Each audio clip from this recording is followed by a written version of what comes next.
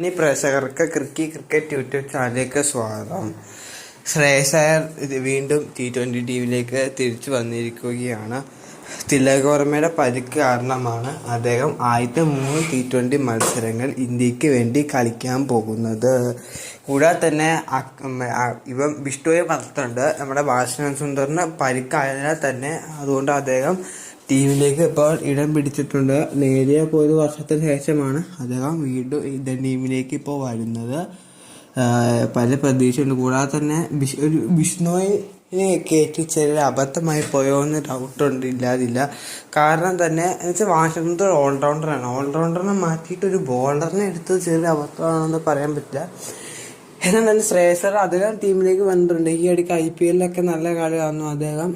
അത് കുഴപ്പമില്ലാത്ത തീരുമാനമായിരിക്കും. അദ്ദേഹത്തിൻ്റെ കമ്പാക്ക് പിന്നെ 3 കളി അദ്ദേഹം ന്യൂസിലൻഡായിട്ട് കളിക്കുന്നതായിരിക്കും.